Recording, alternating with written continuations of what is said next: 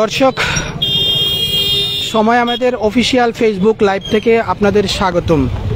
আমরা এই মুহূর্তে দাঁড়িয়ে আছি সিলেটের ঐতিহ্যবাহী কিন ব্রিজের আলী আমজদের ঘড়ির সামনে। এখানে একটা মর্মান্তিক হৃদয় বিদারক একটা ঘটনা ঘটে গেছে। আমরা শুনেছি একজন লোককে প্রকাশ্যে এখানে খুন করা হয়েছে এবং যে ব্যক্তি খুন করেছে তার পরিচয় পাওয়া যায়নি এবং যে খুন হয়েছে তাকেও আমরা পরিচয় শনাক্ত করতে পারিনি। তবে পথচারীরা অনেকে বলছেন যে তাকে সম্ভবত পায়ে রগ কাটা হতে পারে এবং যে এটা করেছে বা যে এটা ঘটনা ঘটিয়েছে সে প্রকাশ্যে হেঁটে মানুষের সামন দিয়ে কিন ব্রিজের উত্তর প্রান্ত থেকে দক্ষিণ প্রান্ত হয়ে সে হেঁটে হেঁটে চলে গেছে, কিন্তু তার হাতে ছুরি থাকায় অনেকে তাকে বাধা দিতে পারেনি। আমি যতটুকু আপনাদেরকে দেখানোর চেষ্টা করতেছি সেটা হচ্ছে, দেখেন ঘড়ি কিন ব্রিজের আলী আমজদের ঘড়িঘরের ঠিক সামনে এই দুর্ঘটনা ঘটছে। আমরা এখানে একজন প্রত্যক্ষদর্শীর সাথে কথা বলবো, যেটা উনি হয়তো কিছুটা দেখে থাকতে পারেন। ভাই, আপনি কি দেখছেন যদি একটু বলতেন আমাদেরকে। ভাই, শুরুতে আমরা এখানে ব্যবসা করি হকার আর কি, তো আমরা তো কিন ব্রিজের উপরে আসি। তো এখানে যে লোকটারে আপনার ছুরি দিয়ে আঘাত করছে, এই লোকটারে আঘাত করার পরে আমরা এই পাশে চলে আসি। আসার পরে লোকটা বলতেছে যে ভাই আমাকে বাঁচাও, ধরো সবাই ধরো। শুরুতে কেউ আসে নাই, তারপরে 2-1 মিনিট পরে আপনার অনেক মানুষ জড়ো হয়েছে এবং তারে নিয়ে গেছে। আর দেখলাম যে তার পায়ের মধ্যে আপনার ছুরি দিয়ে আঘাত করছে, সম্ভবত রক্তটা খাইটা ফেলছে, অনেকগুলা রক্ত বের হয়েছে এবং সে কাতরাইতেছে। তারপরে আপনার লোকজন এখান থেকে তারে হসপিটালে নিয়ে গেছে। আর যে লোকটা আপনার ছুরি দিয়ে আঘাত করছে সেই লোকটা আমাদের সামনে দিয়ে হাইটা গেছে, অথচ তারে আমরা ধরতে পারি নাই। তার হাতে ছুরি ছিল, ধারালো অস্ত্র ছিল, বলছে আমাদেরকে মানে অস্ত্র দিয়ে আঘাত করবে, সেজন্য আমরা তাকে আপনার কিছু করতে পারি নাই। সেই দিবালোকে প্রকাশ্যে একটা মানুষের রক্তটা এইভাবে কেটে দিল। আসলে এটা খুব দুঃখজনক, মর্মান্তিক একটা ঘটনা, এটা আমরা কেউ আশা করি নাই। আমরা যারা ছিলাম এখানে মোটামুটি অনেক মানুষই ছিল, কিন্তু কোনো মানুষ শুরুতে এগিয়ে আসে নাই। তারপরে আপনার কয়েকজন মানুষ আসার পরে তারপরে সবাই আসছে। তো এই লোকটা অনেক কাতরাই ছিল, আপনার অনেক ব্যথা পাইছে, একবারে রোগটা কাইটেই ফেলছে আর কি।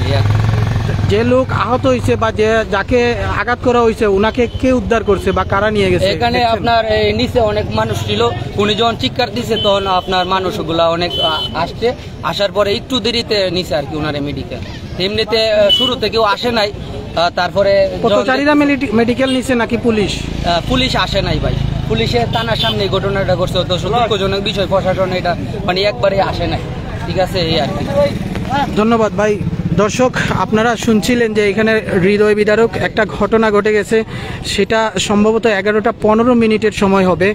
একজন লোক আরেকজন লোককে কি কারণে বা কেন এটা করছে, পথচারী যারা বা প্রত্যক্ষদর্শী যারা ছিলেন ওনারা আসলে বলতে পারেননি।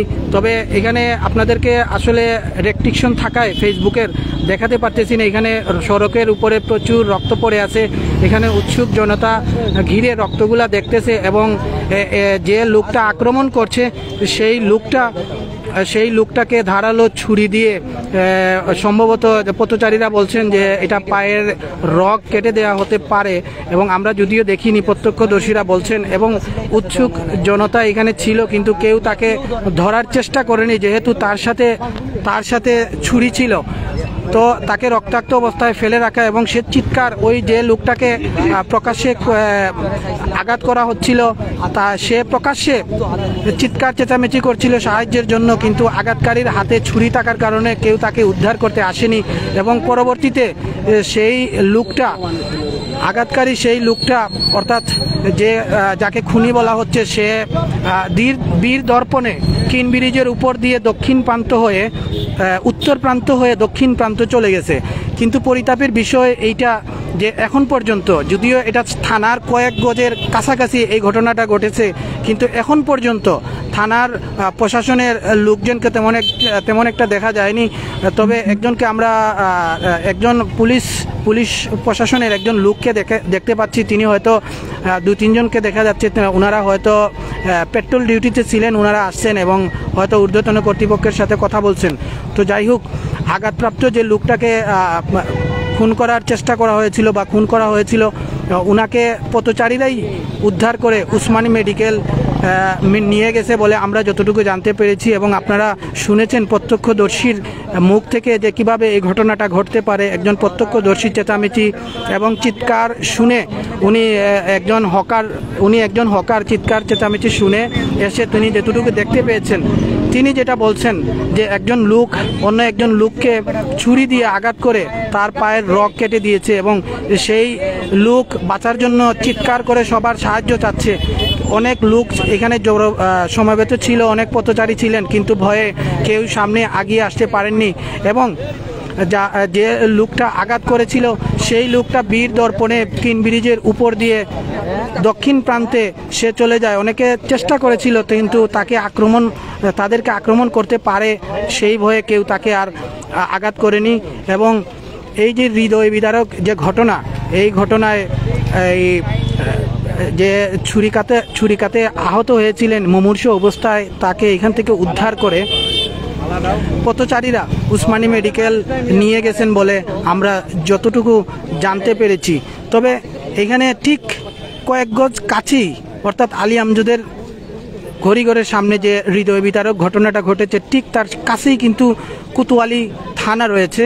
এবং যে থানার থেকে অনেকে বলতেছেন আর কি, যে থানা থেকে কেউ তাৎক্ষণিকভাবে আসলে ওনারা যদি আসতেন তো হয়তো যে আঘাত করেছে বা যে ছুরি দিয়ে অন্যজনকে আঘাত করেছে তাকে হয়তো ধরার চেষ্টা হয়তো করা যেতে পারে। কিন্তু সে লোকটা বীর দর্পণে হেঁটে হেঁটে প্রকাশ্যে মানুষের সামনে একজন মানুষকে ছুরিকাঘাত করে সে প্রকাশ্যে কিন ব্রিজের উপর দিয়ে উত্তর প্রান্ত থেকে দক্ষিণ প্রান্ত হয়ে বীর দর্পণে চলে যায়।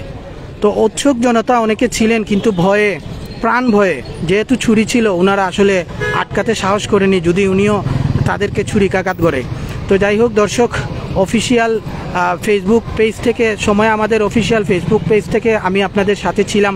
এই হচ্ছে কিন ব্রিজের আলী আমজদের ঘড়ির সামনের যে আজকে রাত্রের 11:15টার যে ছুরিকাতের ঘটনা ঘটেছে, এই অবস্থা। এই মুহূর্তে আমরা দেখতে পাচ্ছি যে একজন পুলিশের সম্ভবত এসআই হবেন, উনিও খবর পেয়ে ঘটনাস্থলে আসছেন এবং আস্তে আস্তে পুলিশজন জড়ো হচ্ছে।